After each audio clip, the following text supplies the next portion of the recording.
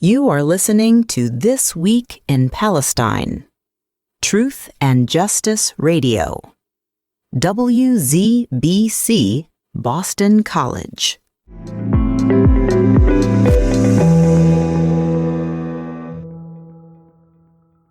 Before we begin, a brief reminder for our listeners.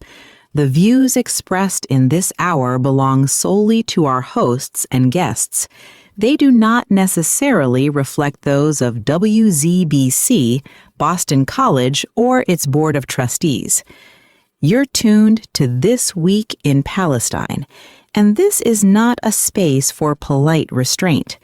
This is a space where truth stands unmasked, truth spoken clearly, urgently, and without apology. Good morning. Good evening, wherever you are in the world, whether you're driving through the day or night, sitting at your kitchen table, or listening quietly in the dark. Thank you for joining us. I'm your host and narrator, Abby Mosseri, and today is Sunday, March 29th, 2026. Here on This Week in Palestine, we do not soften the edges of reality. We do not trim the story to comfort the powerful. This is a home for unfiltered truth, a place where resistance is not a metaphor, but the heartbeat of daily survival, a place where solidarity is not a slogan, but an inheritance carried from one generation to the next. From the heart of occupation, voices rise, not alone, not as whispers swallowed by empire, but together, steadfast, unbroken, standing shoulder to shoulder with movements across the globe that demand justice, dignity, and liberation for all people. This hour is more than a broadcast. It is a lifeline, a thread stretching from Palestine to every corner of the world, binding shattered homes to unbroken hope, binding devastation to determination, binding grief to a future still worth fighting for.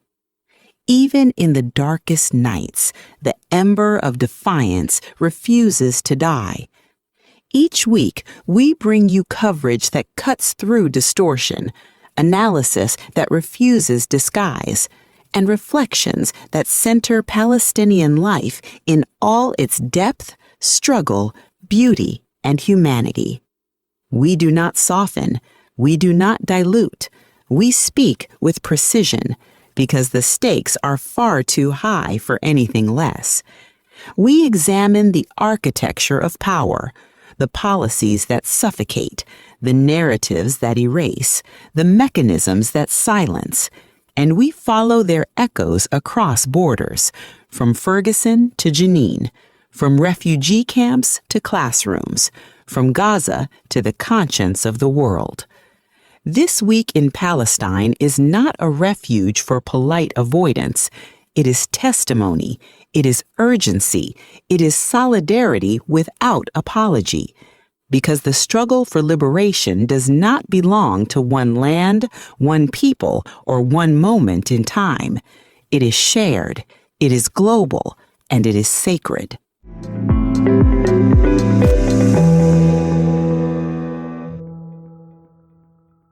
Today we turn to a powerful and timely conversation, one that cuts straight to facts. Miko Peled, the son of a renowned Israeli general, speaks candidly about rejecting Zionism and supporting Palestinian liberation, explaining that although his grandfather signed Israel's Declaration of Independence, he became one of the most outspoken Jewish advocates for Palestinian rights.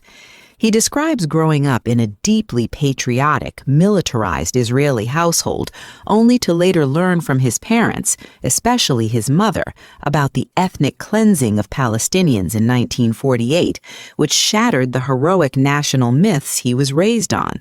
A major turning point came when his niece was killed in a suicide attack, and instead of embracing revenge, he sought to understand the roots of the conflict, meeting Palestinians and hearing first-hand accounts that transformed his worldview. Paled discusses the systematic dehumanization of Palestinians in Israeli society and argues that Israel's policies amount to apartheid and ongoing ethnic cleansing, rejecting the idea that October 7th started anything, insisting the real story begins with decades of occupation and dispossession. He calls for dismantling the apartheid system entirely and replacing it with one democratic state with equal rights for all.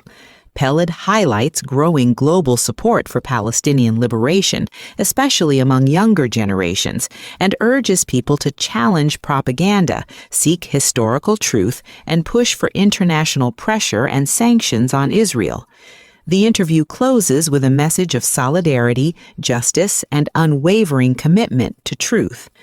Let's listen to this discussion that brought to you by The Jimmy Dore Show.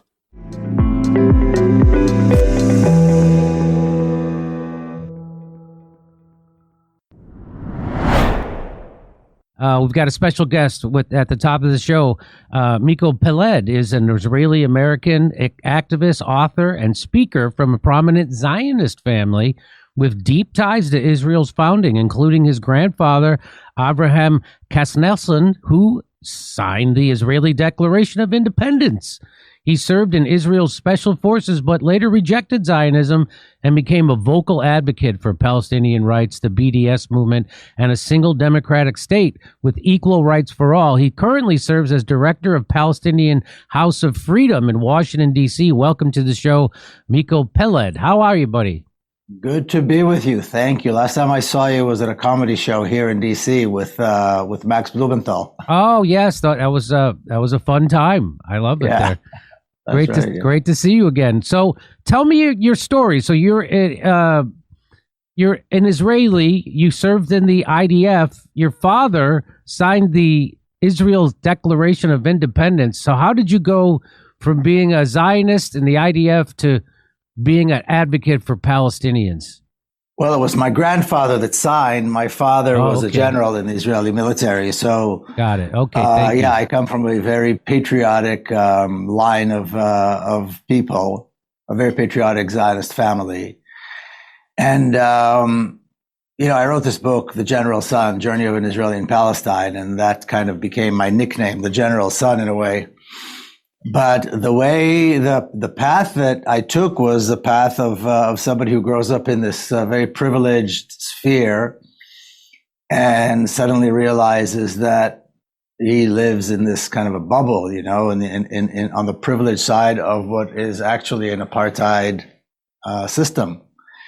And the journey that I took was a journey from that reality into the space where Palestinians live within Palestine. And eventually I realized, this went on for several years, but eventually I realized that I wasn't born and raised in a country called Palestine. Israel. I was born and raised in a country called Palestine, which is occupied by a regime that calls itself Israel.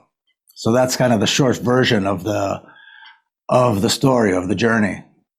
So you were able to break out of the bubble. So you're saying that you think most people who live in Israel, who are brought up there, they live in an information bubble? It's not that they live in an information bubble, but the education system, the Zionist education system, which is very similar to the Zionist education system here as well in the United States, and the atmosphere and the discourse within society and the discourse in the media is so inherently racist and supremacist that you don't see the Palestinians. You know what I mean? You know that they're there. You know that they're terrorists. You know that they want to kill us. You know that they're kind of primitive and, all the stereotypes that, all the characteristics that are given to the other by people who are basically white supremacists. And that's all they know and that's all they care to know. And of course, you're told that it's very dangerous to go into Palestinian spaces. And so, for example, I was born in Jerusalem, which is, kind of, they call it a mixed city, but the two sides, the Israelis and Palestinians, it's so segregated, completely segregated, that you don't see Palestinians. In those days, Palestinians still did a lot of the construction. They did a lot of the landscaping. Now they bring in people from other countries, but you see them come in and out of the frame, but you don't really meet Palestinians. And this is true throughout all of historic Palestine and all of the so-called mixed cities, like Lid, Haifa, of course, Jerusalem, Jaffa, some of the others. The segregation is absolute. And so that's what Israelis know, and that's all they care to know. And so, can you recall what was it that made you realize this as an IDF soldier, that you were taking part in something like this, and that it was the exact opposite of what you were taught? Well, I was an IDF soldier over 40 years ago, so that was a very long, very, very long time ago. And well, during my service, it was Israel's first invasion into Lebanon in 1982, which was a wake-up call for a lot of people in my generation. Suddenly, the claim was it was going to be a quick incursion in order to get rid of some terrorists, and before you knew it, Israeli forces were in Beirut, or the outskirts of Beirut, and bombing the city. So it was very clear very quickly that we were being lied to. And then from there, step by step, I didn't get into really activism and the whole Palestinian issue, although it lived in my family. I didn't really I wasn't really part of it until much later in life, till around the year 2000 to 2001. But it was obvious at that point that this whole mythology around the Israeli army, and again, my father was a general in 1967, so that's like the apex of the mythology. It was clear that there was no morality in that army, that there was no morality within this state or regime, as I like to call it now, because it was all based on lies, and it was all based on the massacre of Palestinians and the displacement of Palestinians.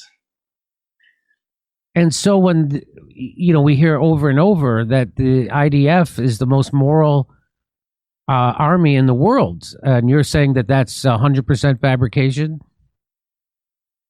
Well, let's put it this way. So the so-called state of Israel was established in 1948.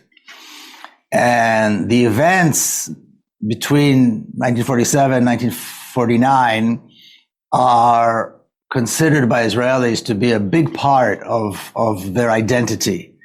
And the events of those years are considered heroic, historic. There aren't enough words to describe how significant they are to the identity of Israelis. Now, what were these events? It was a massive campaign of genocide and ethnic cleansing, at the end of which an apartheid regime was put in place throughout Palestine. So, and then the militias that existed and did most of that work, committed most of these crimes, then became the Israeli army. So that's the starting point.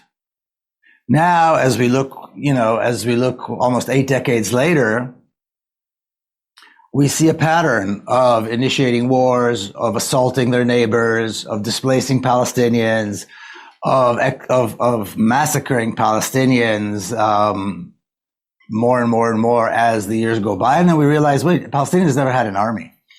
Palestinians never posed a threat to anyone. They certainly never had a tank or a fighter plane or anything like that. And so you can see there's a pattern of creating instability, creating war, creating suffering, and that's the legacy of the Israeli military, and that's really the legacy of the entire state of Israel. So it was never moral, and it couldn't be moral because its main purpose was to execute the policies of ethnic cleansing and genocide of another people. So, that's how I didn't really know much about the Israeli history until October 7th, right? And now I know about what you just described, which was, you're describing the Nakba, correct? Yes. Yes. Okay. And they call it, the Zionists call it the War of 1948, right? They call it the War of Independence. Oh, okay. That's what they call it.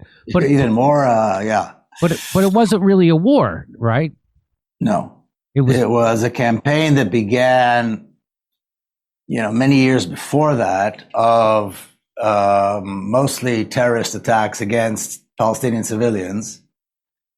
And gradually, again, I don't want to get too much into the history, but after November of 1947, when the United Nations basically gave their stamp of approval to the establishment of the State of Israel, it was hyped, and it was full force ethnic cleansing and genocide for, till, late in 1949. And, some of Palestine, it continued until 50-51. So it was several years that the Nakba took place.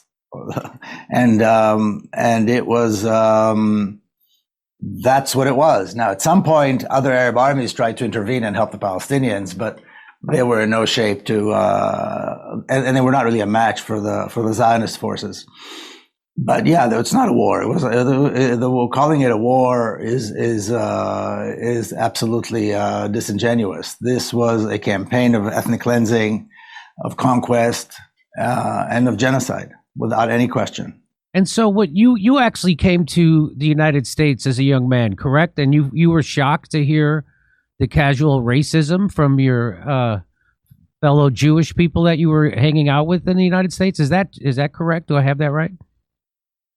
I was, the first thing I felt was a real disconnect with the kind of mainstream American Jews. Eventually I found my, friends who were progressive and so forth. But, yes. And then in speaking, especially after there would be some kind of an event, after, something came up in the news where Israelis were hurt, then the racism, the Islamophobia was, and people thought they could speak freely around me because they assumed that I agree with them. And so I had to make a few corrections in some of the things that they said, and stand up and said, excuse me, this is not, this kind of talk is unacceptable. And it's basically not true, besides being racist.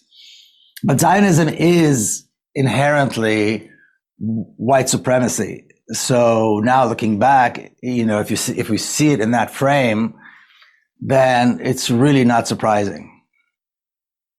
Yeah, and so these were American Jews you're speaking of right now that had these. Yes. And did that shock you that American Jews felt that way, or did you expect it? Did it shock me? It did surprise me. I mean, everybody knows that the Jewish Zionist community in America supports Israel, and they are very loyal to the idea of Zionism, to the Zionist ideology. And so, but it is when you hear it, it's shocking. It's surprising. Even if you expect it, even if you know it's there, once you actually hear the rhetoric, it is very disturbing. I mean, even today, when you hear some of the Zionists here in America speaking, particularly Jewish ones, it's very disturbing. So, are you seen as a traitor then? Do most of the Jews you grew up with and the ones you knew in the United States, do they see you as a traitor? I don't know. We'd have to ask them. I mean, a traitor, self-hating Jew. I mean, all those kinds of, those terminology that was created by the Zionists. I suppose they might see me that way. Yes. I mean, it's really a question of, are you loyal to a tribe or are you loyal to values? You know what I mean? And in my case, I decided to be loyal to values rather than, it's not even a tribe. Israeli society is really a new creation. But rather than to be loyal to that and to uphold the crimes of my fathers, so to speak, I found my core values to lead me in another direction, obviously. Can you speak to that? What kind of society Israel is? It's not. Is it made up of people who have a right to that land, or is it made up of people who have no cultural connection to that land and come from Eastern Europe and other parts of the world? Can you speak to that? Yes, sure. So, I mean, Israeli society, I often compare it to white South Africans. They exist now. They're the result of settler colonialism and racism and some horrible crimes that were committed against the Palestinian people.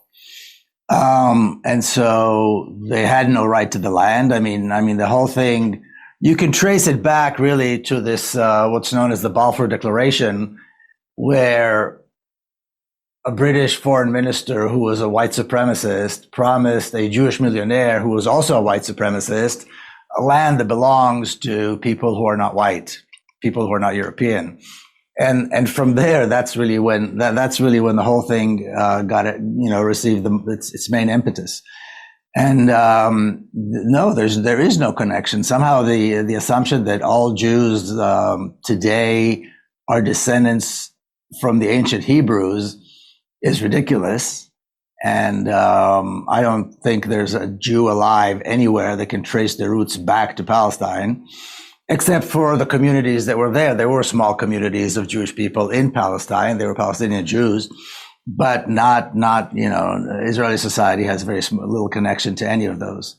So no, there is no historic, so what the Zionists did very early on, in order to create the mythology, they said, well, Jewish people are a nation. According to Jewish law, to Jewish scripture, the Jewish people are only united as a people by their faith.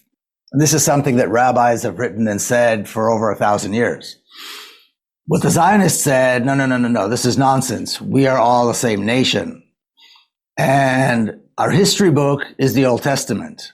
Forget God and all that, because they were all secular. They didn't want anything to do with religion, but they said all this God and religious stuff is nonsense. This is our history book.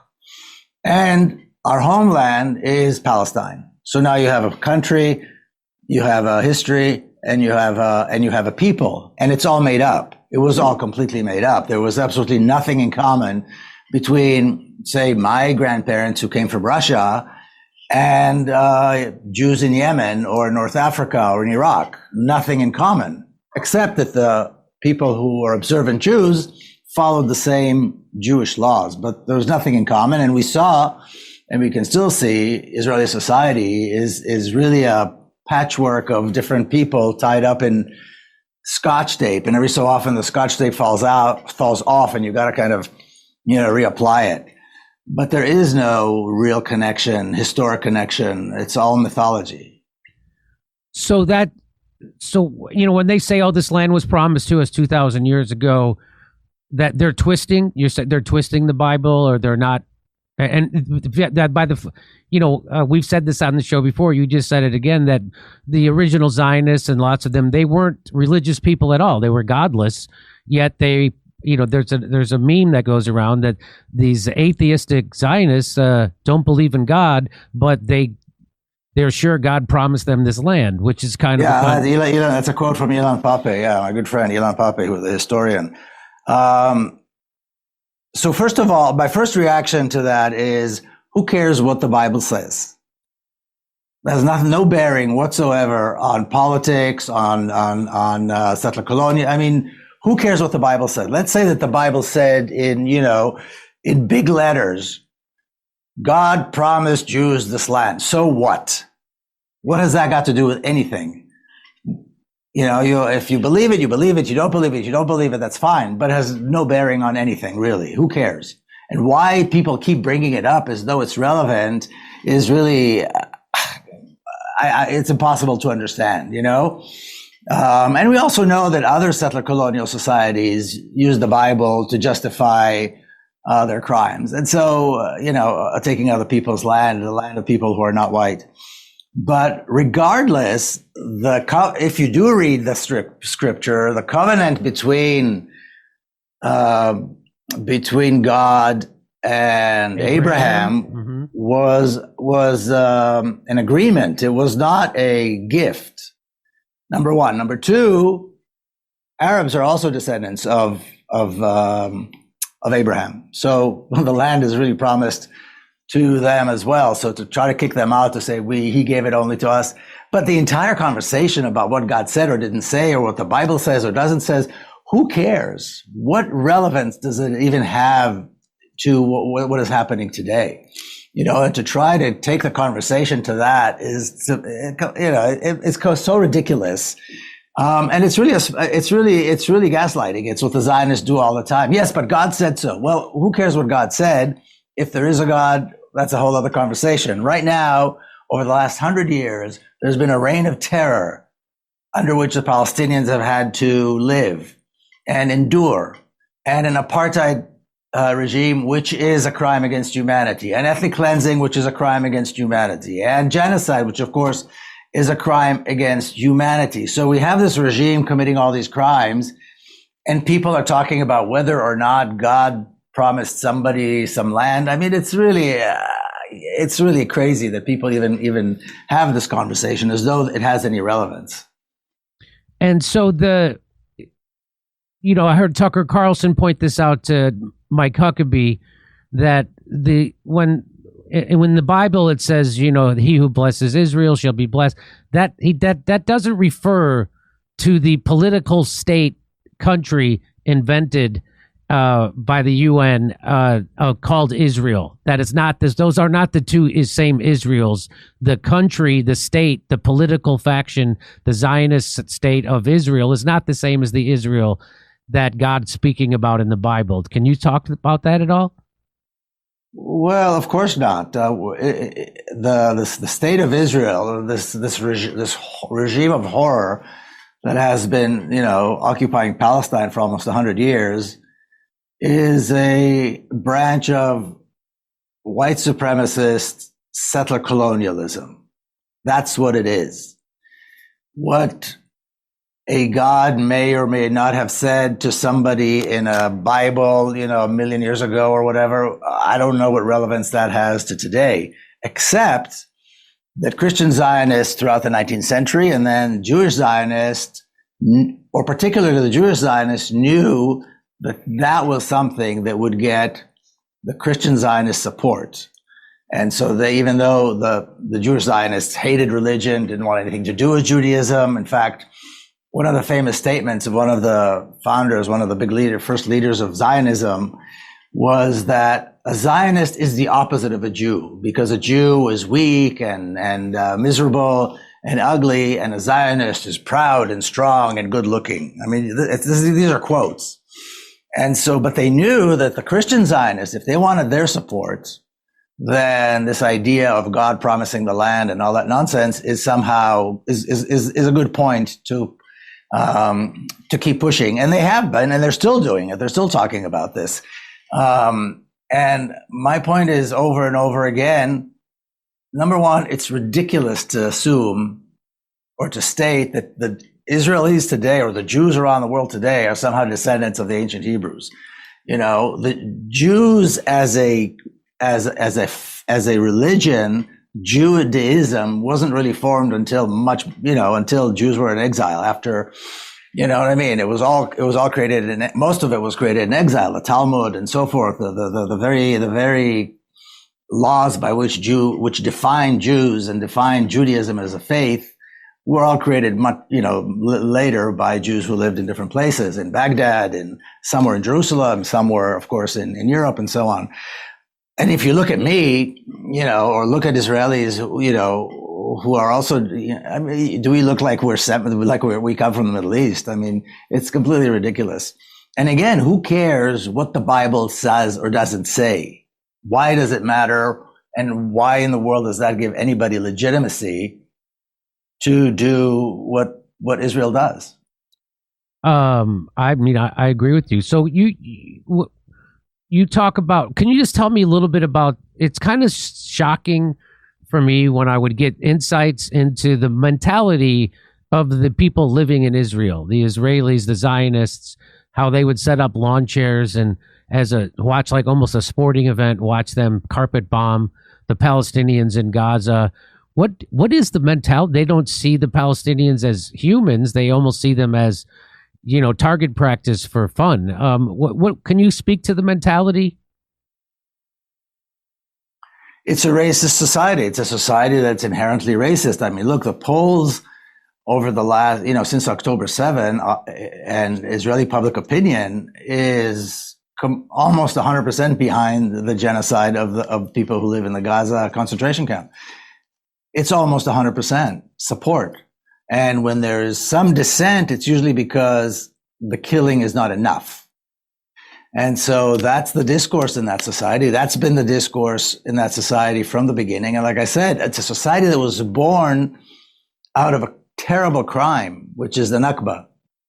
It's a society that's not only executed that, I mean, my parents' generation executed it, but their parents who immigrated to Palestine, who came to colonize Palestine, they put together this ideology, this racist, genocidal ideology that somehow Jewish people have the right to come to Palestine and then create this apartheid regime and completely wipe out the Palestinians. And so as we look at massacres in the 50s and 60s and 70s and on and on and on, there's always some, it's always treated like it was, well, what are you going to do? I mean, you got to do what you got to do kind of thing, It's really a gangster mentality. But this is the society. This is the society. And it's been like that from the very beginning. Any dissent beyond a certain point is unacceptable. Anybody who talks, I'll give you an example. My father retired from the military after 1967, so 1968. But while still in uniform, immediately after the 1967 Israeli assault against its neighbor, they call it the 6-Day War, but really, it was an unprovoked, unnecessary assault. Immediately after the war was done, in the very first meeting of the Israeli High Command, he said, now we can make peace with the Palestinians. Because, like it or not, there's another nation here. We can give them the West Bank and the Gaza Strip, and they can have their own state, and we can move on. And from that point on, he became an outcast. And even when he would come, and then for years, he was one of the big promoters of the idea of the two-state solution based on that. And he would come to the United States very often and speak. When he came as a general, he was, adored and welcomed and so forth. When he retired, and he came somebody who wants to promote this idea of a two-state solution and peace and recognition of Palestinian rights, he could not get a meeting with a staffer if he came to Washington.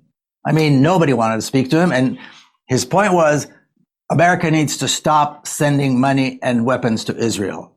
It does nothing good. A nation that wants peace does not buy so many weapons. And stop giving them weapons, stop giving them money. He said this basically until the day he died in 1995. And so that's that's where this insanity comes from. A man who was a Zionist till his dying day and a general and fought in all these famous wars and was part of the Israeli military establishment for a long time, immediately became an outcast for daring to suggest that Palestinians have any rights and that a small portion of historic Palestine be provided for the Palestinian to, as an expression of their right to self-determination. And he became, like I said, an outcast. So he already crossed the line just by saying that. That's kind of what kind of dissent is not permitted in the discourse within Israeli society. So when you say he became an outcast, I mean, what happens to people? What is the social price paid by Israelis and other Jews who abandon the Zionist cause like that? Well, again, he didn't abandon the Zionist cause. He just thought that there needs to be some compromise on the land. I mentioned this in the book. Like my mother would say, suddenly, their friends stopped inviting them. Their friends would have gatherings. They had all these friends, for many, many years. And many of them were also former military people. And he was considered almost a traitor, and his views were not heard, and he would not be, he was known to be somebody who needs to be excluded from whatever, whether it's social or political or anything like that. I mean, he still wrote, and he still, he was okay, but he was considered completely a persona non grata, completely. And even here in the United States. Really? Okay. So now, so your father advocated for a two-state solution, giving the Palestinians the Gaza and the West Bank, but you don't support that. Do you? Do you support the two-state solution, and what is the solution? No. I mean, the issue is not whether I support or not support. The issue is, number one, how the hell is it going to work? There's no West Bank.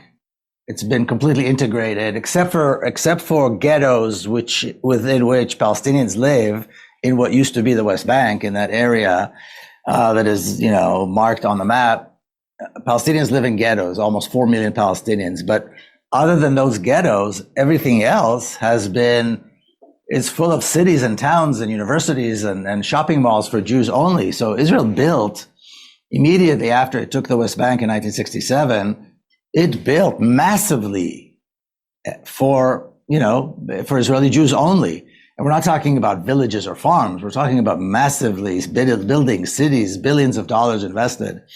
So how's it going to work? I mean, what are you going to, there's no West Bank. There's really no way to divvy up the country. And the two Israelis and Palestinians live very close to each other geographically, even though they're completely segregated, very effectively segregated. There's no way to splice the country. That's number one. Number two, let's say we talk about a two-state solution today. Initially, the determination was that the Palestinians get the small portion of their homeland and the Zionist colonizers get the lion's share. But how is that determined? Maybe it should be the other way around. So how do you determine who gets what part of the country? Again, it's kind of an absurd assumption to begin with. And the third point is, what are the virtues of having two states as opposed to creating a real democracy with equal rights, which is the original Palestinian platform going back decades, is the creation of a democracy with equal rights that respects all religions and all people and so forth. So today, when we talk about the choices, two-state solution is no longer a choice. It's ridiculous to even talk about it. Although here in Washington, D.C., people talk about it as though it was a serious option. The options are: we maintain our support for this cruel apartheid genocidal regime called Israel, or we fight to dismantle it and replace it with a free Palestine with equal rights, allowing the right of the refugees, or putting in mechanisms to allow the Palestinian refugees to return. So these are the two choices. And so I always say it's not a political issue, it's an issue of values. If somebody wants to support the state of Israel, then they need to own it and own the fact that they are supporting genocide, they're supporting apartheid, they're supporting horrific crimes against humanity. I mean, own it. If you're willing to say I'm a Zionist, own it. That's what Zionism is. There's no other Zionism. Now, if we believe in humanity and human rights and equality and justice and democracy and all these things that people like to say they believe in, then there's no way to support Zionism. The Zionist regime has to be dismantled and replaced. And, elections have to be called, one person, one vote, and a real democracy, a real free democratic Palestine needs to take its place. Those are really the only two options that exist today. And here at Palestine House of Freedom, which I, founded and I'm the director of, founded, I should say, along with Palestinian comrades. That's what we talk about. That's what we educate about. That's what we do our outreach about. That's what we hold events about. We have very large space here on Capitol Hill. I'm not really close to the Capitol. We're working on our curriculum and so forth. So everything we do is geared toward getting people to understand there is a solution that benefits everyone. And that solution is dismantling apartheid and establishing a free Palestine with equal rights and on all of historic Palestine. So when you say establish a free Palestine, you mean renaming Israel Palestine, or you're talking about the whole Israel and the parts that are currently occupied by Palestinians? You make it one state, call it Palestine. Is that what you're advocating? Well, it's not renaming it. It was Palestine for thousands of years. Right.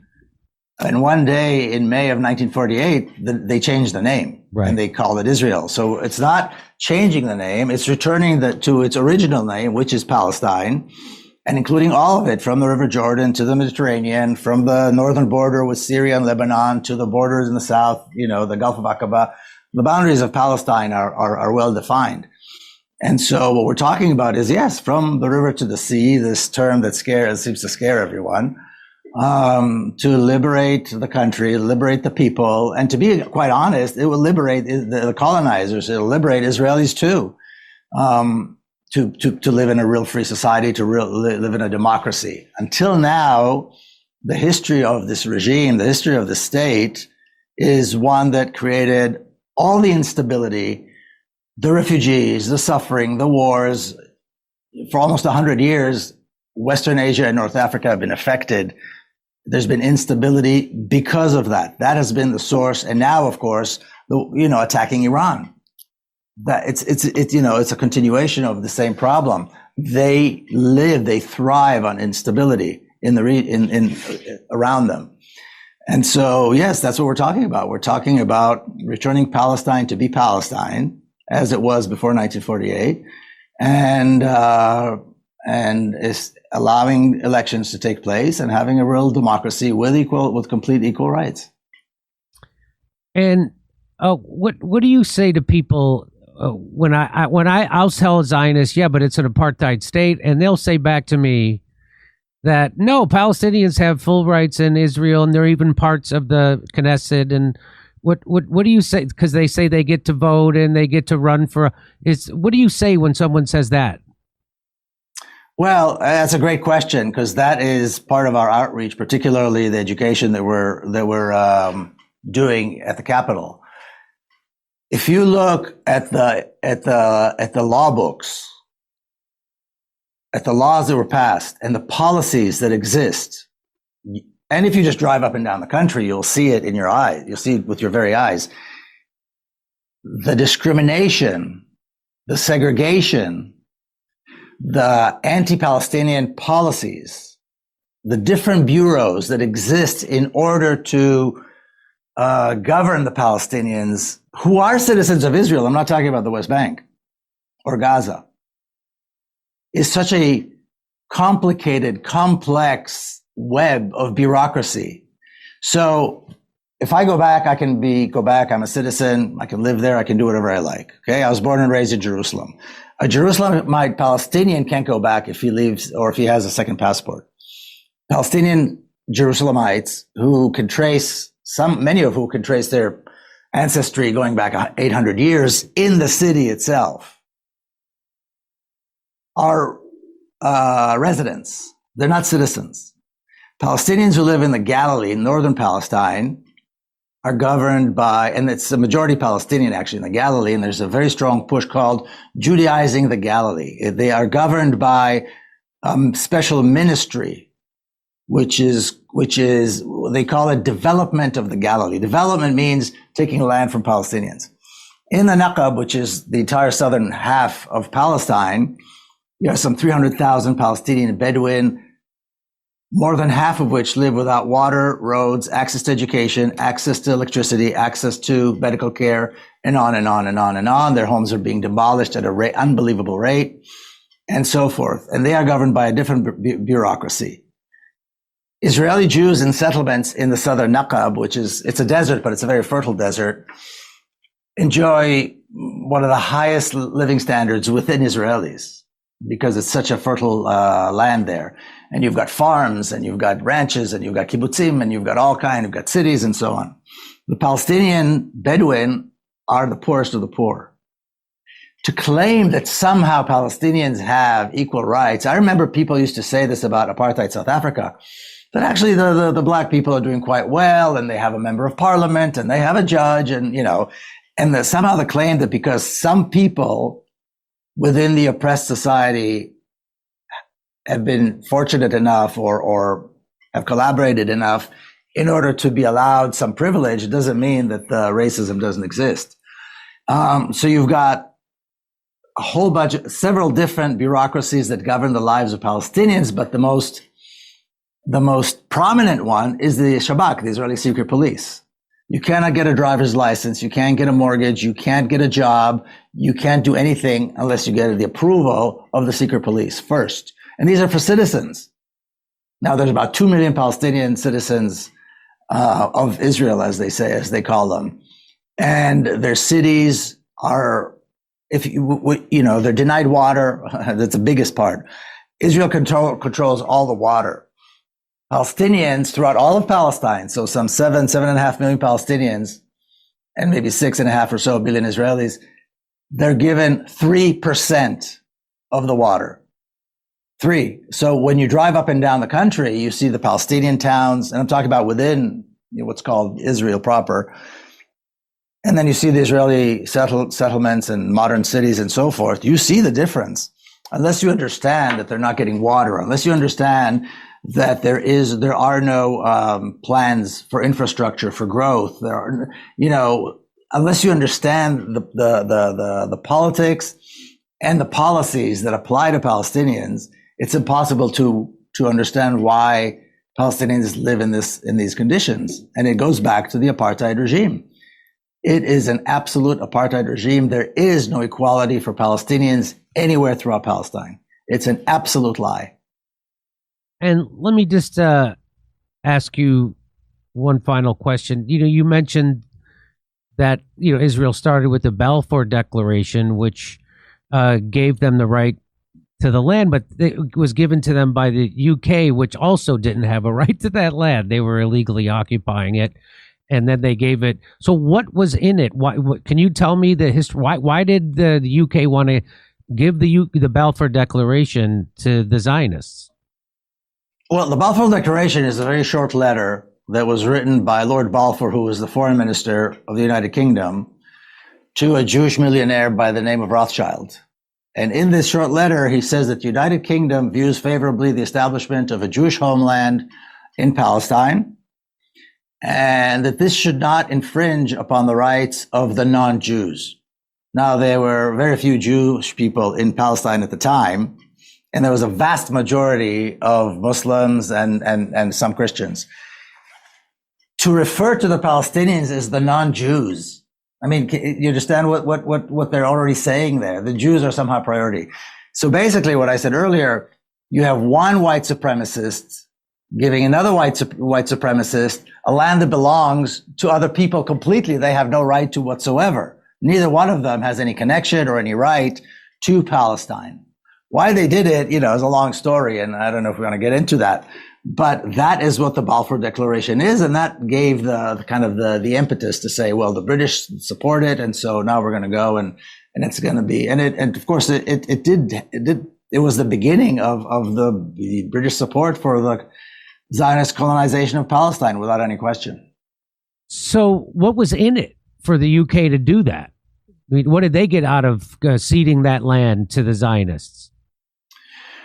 Well, that's a good question. I mean, Balfour was a rabid anti-Semite, and so I guess one advantage was to get rid of the Jews.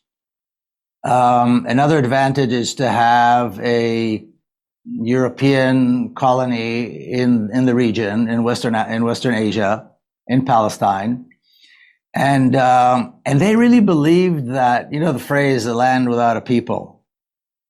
They knew that there were people there. Everybody knew. I mean, they did commerce with Palestine. They visited Palestine. Palestine was a thriving country. But these people were not people that counted because they were not white. And so it's racism. It's settler colonialism. I mean, we can ask why there's settler colonialism anywhere. Why does one side support the other? These are questions for books have been written about this.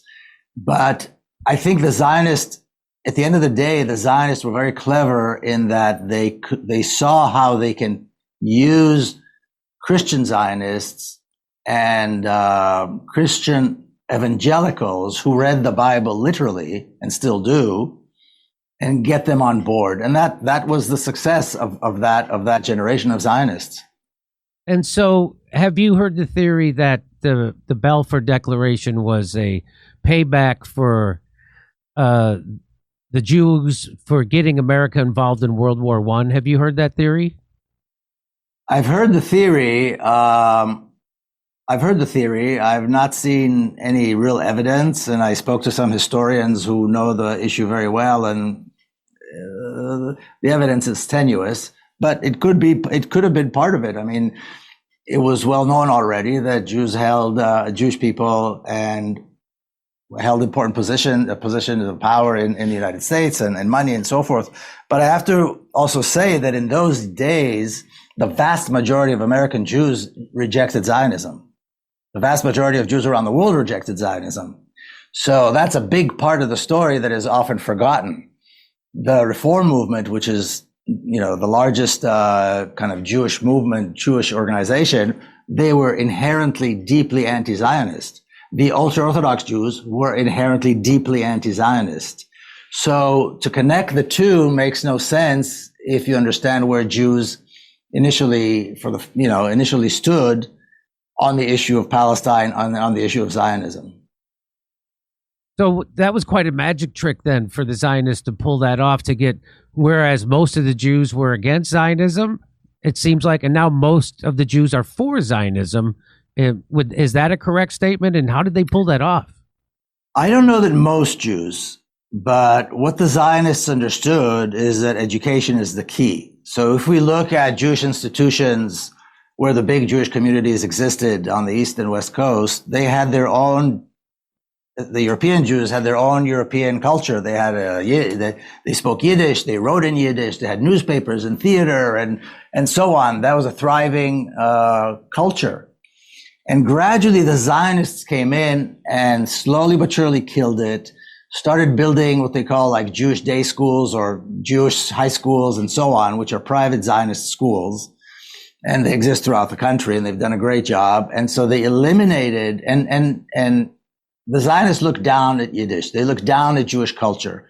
They looked down at anything that reminded them of Jews. And so they very successfully replaced that culture with Zionism, to the point where really Zionism is the religion of the Zionist Jews.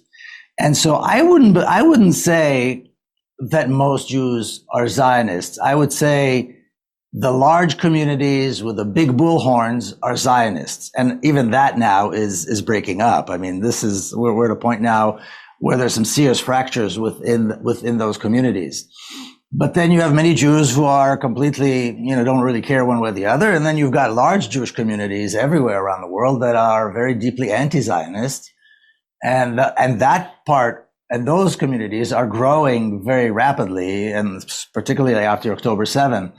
And so it was a magic trick, but the Zionists were zealots. They believed in the cause. And regardless of what differences they may have had among them, and they had many politically, some were socialists, some were religious, some were right wing, some were this. But when it came to the issue of the state, and I remember this as a kid, in the family gathering, the state was everything. They line up and they plan ahead.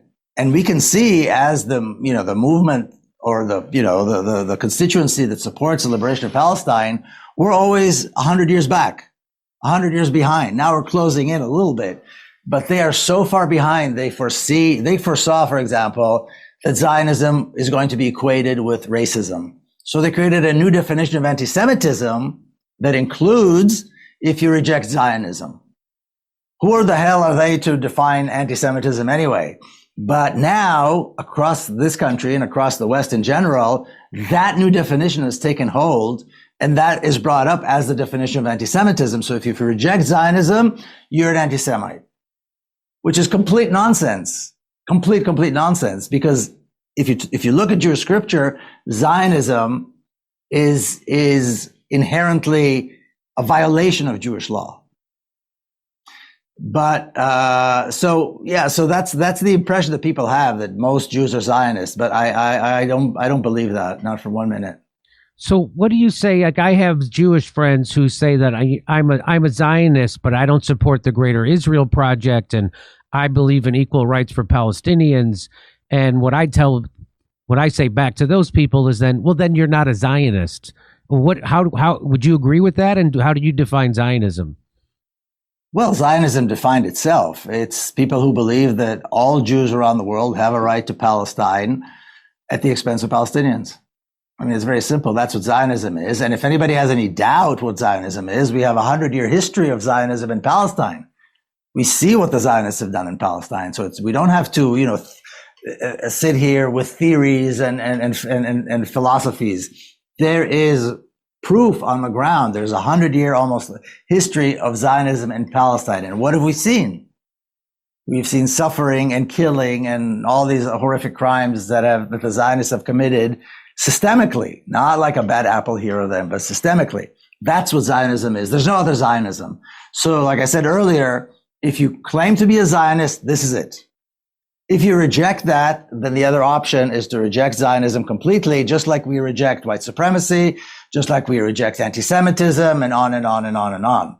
Zionism is in the same column, so to speak, as white supremacy and other forms of racism, including anti-Semitism. So people have to make a choice, and they don't like to. So they kind of look for some kind of a gray area. But there's no gray area when it comes to racism. You're either a racist or you reject racism. And is that your message to American Jews? What or do you have one for American Jews?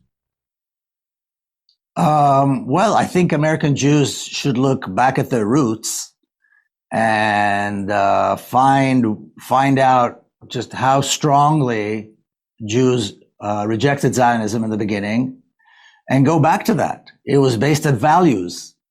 And for religious people, it was based on religion. People who are, observant Jews, the rejection of observant Jews, which still goes on today in many places, is based on faith. It's based on the Jewish scripture. So whether you're secular or religious, if you look back at the roots, you will see all the good reasons to reject Zionism and liberate Palestine, because they go hand in hand. So the Hasidics, correct me if I'm wrong on this, because there's a good chance I am, that they see the state of Israel as being a blaspheme because, according to their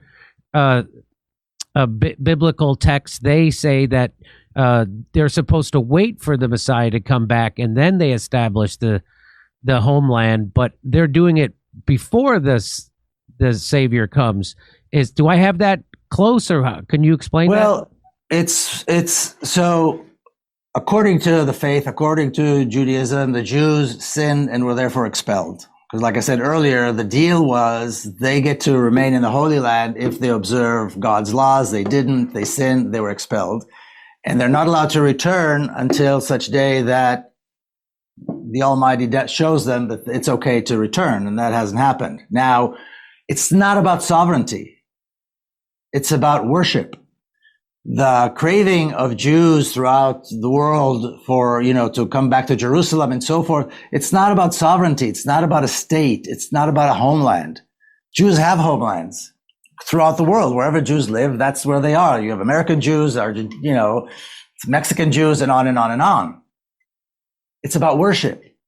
And the day that the Messiah comes, everybody will worship the Lord, and they will turn their swords into plowshares, and there will be no more war, and that sort of thing. That's the vision of what will happen. It's not about coming in and creating sovereignty and a modern state over all of Palestine. It has nothing to do with that. It's all about worship. And the scriptures very clearly state that Jews are prohibited from mass return and or taking over the Holy Land. And I'll just tell you a little story. There's a great anti-Zionist rabbi in the UK. His name is Rabbi Beck, Elchanan Beck. He's very outspoken.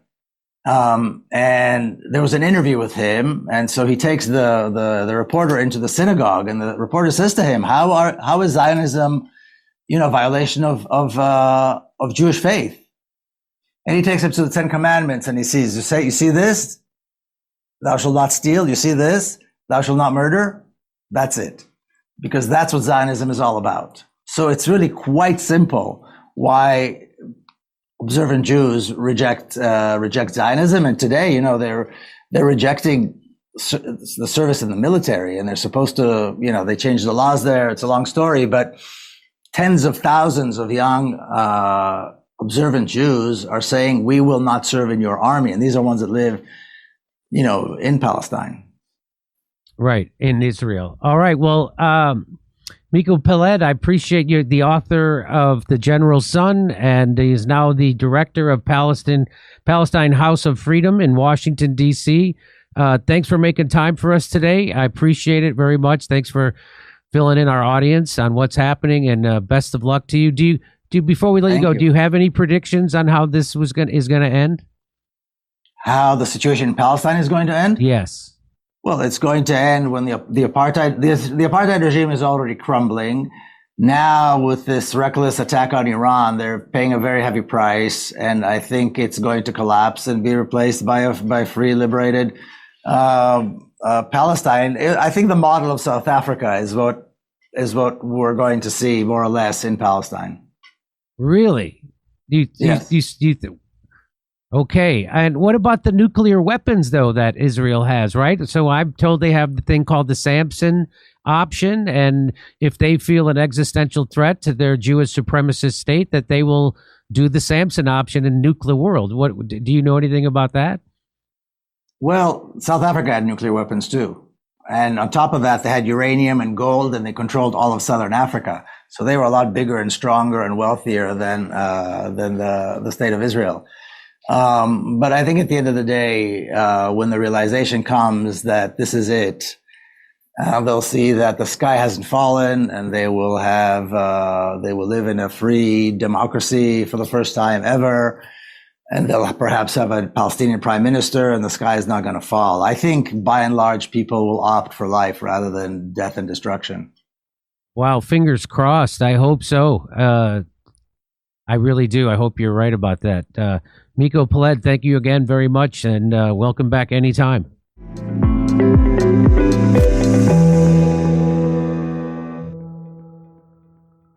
And that brings us to the close of this week's broadcast. Hold on to your curiosity. Hold on to your courage. And never stop asking the questions that shake power, shatter silence, and push us closer, step by step, toward justice. I'm Abby Masri, your host and narrator. Sharing this hour with you has been an honor, an hour built on unfiltered truth, on resistance carried with dignity, and on solidarity that is never conditional and never negotiable.